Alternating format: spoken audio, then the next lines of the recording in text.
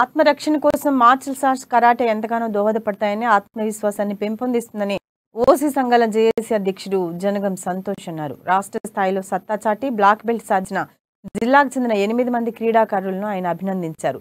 ఆదిలాబాద్ పట్టణంలోని క్లబ్లో శిక్షకులకు శాలువాలతో సన్మానించారు.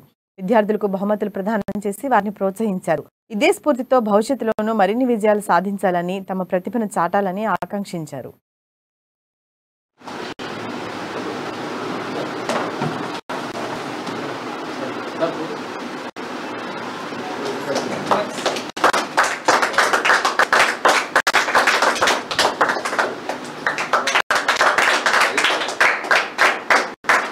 కరాటే మాస్టర్లు రవికాంత్ గారు, అదేవిధంగా ప్రవీణ్ గారు గత 30 సంవత్సరాల ఆదిలాబాద్లో కరాటే కోచింగ్లో సేవలు అందిస్తున్నారు.